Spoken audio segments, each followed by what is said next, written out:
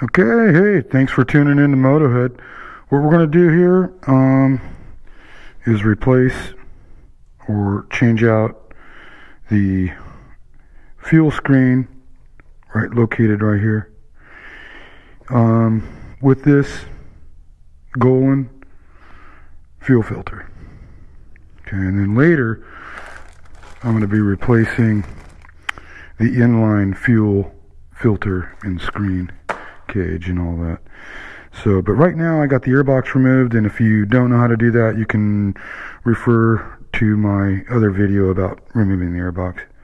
But once the airbox is removed, then you're going to be able to get in here. And what I like to do first is cover up the throttle body, make sure I don't get anything in there, wipe down anything that's here that's dusty or anything like that, okay, and then proceed. So here it is, and this is where I got it. Okay, and there's the part number and SKU number and all that at Jeff Slavin's. But it's pretty much a plug and play. You know, what you're going to have to do is replace this, pull this screen out. Well, let's do it right now. Okay, I'll put it right over here. And I put a lot of rags underneath here because there's going to be fuel that comes out most likely.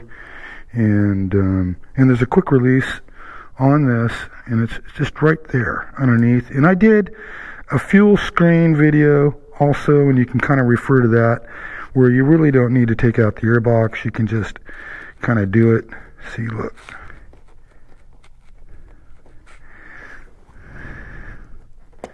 There.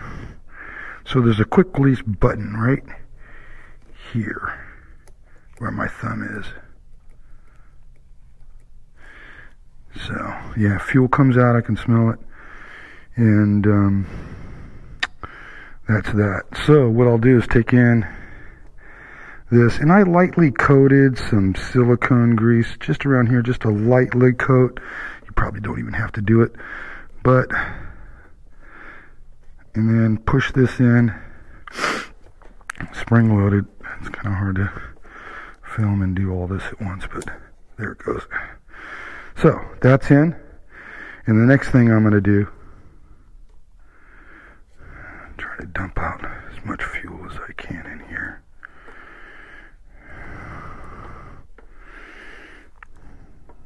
Okay, yeah, I can feel the fuel coming out. I just don't want it leaking everywhere on my stuff. I like keeping things clean. You know, I don't take my SuperMoto out in the dirt much at all, you can tell. That's, you know, why I've got a dirt bike. Okay, but anyways, okay, that's done pretty much. And then what I'm going to do is take off this hose clamp and then put on another hose clamp that they give you. All right. They give you a couple in here, but all I really need is one. And because the quick release is right here, it's already on this line. So I'm going to put that together. I'm going to work on this, and then I'll be right back. Okay, hey, well, we got this off, and it's pretty easy, you know, but I took a pair of dikes, wire crimpers, tweaked it, and then it came apart. Okay, so it all comes apart. And safely do it so it doesn't cut the hose, though. So you want to take your time. And that's what I did. But I was wrong. You only get one of these. So put that right there. I got my filter down there. Okay, I'm going to remove this. Put this off to the side. My screen's still in there. And slip this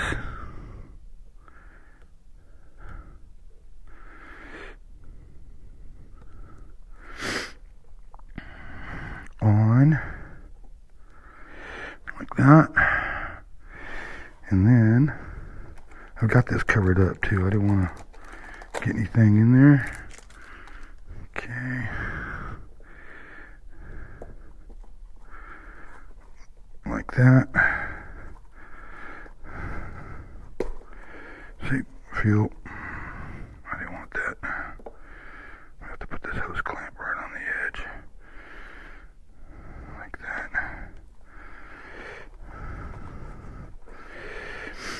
seems like no matter what, you always get a little bit out of that fuel hose. I tried to get it, most of it out, and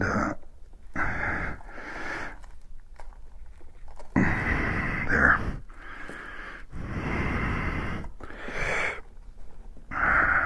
Okay, now get my light here. I want just a little bit of hose between that and my hose clamp, man. That looks pretty damn good, and I'm gonna cinch it on there just a little bit tighter. Okay, there we go. I accidentally undid that. Okay, that looks pretty good. So now I'm gonna crimp it. That looks pretty good, guys. Okay, but yeah, your quick release. Look, boom. You can take that out if you want. Snips back on. I like this little light, man. It's, you know, it gets in there. It's tiny. It's bright. All right, I'll crimp it. And then we're going to move on to the in the tank fuel filter. Okay, so it's all crimped. You know, this is all crimped up. You know, I'm ready to test it, and the only way I can test it is to get the air box back in. So I use these, you know, instead of spending a ton of money on their tool that they want you to do. But if you have something like this that can fit around there, and then pinch it, I think it's going to be fine. So I'm going to find out. Otherwise, you're going to have to get the proper tool to fit and crimp this. But let me tell you, it was tight going on. I pinched it, flared the hose. I'm real confident that it'll be okay. So right now, what I'm going to do, get the air box back in there, hook it all up, fire it up, and I want it running. And then I'll move to the in the tank fuel filter and all that stuff that I had talked about doing, this stuff right here. So that's it, man. It's gonna be sweet. So I got double filtration here. Cool. Okay, so the air box is back in. Everything's put back together.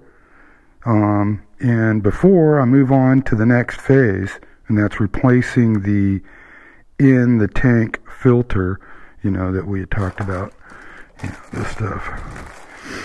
But before I do that, I want to fire up the bike, make sure it's okay. If something goes wrong, I'll know where to better diagnose in what area, right? So let's fire it up. Let's check it out. But I think you can see a little bit of our filter right there. There's the quick connect button right there.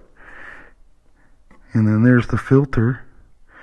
And I think I might be able to service it without taking out the air box, just unscrewing the filter and then doing whatever they need me to do with it. But there it is. So a little bit of bling. Okay, let's fire it up. And then I used, you know, these. This is my old, the screen is in there. And I can pluck that out, but I'm going to put that away in my box of parts. And everything's back in. Let's do it.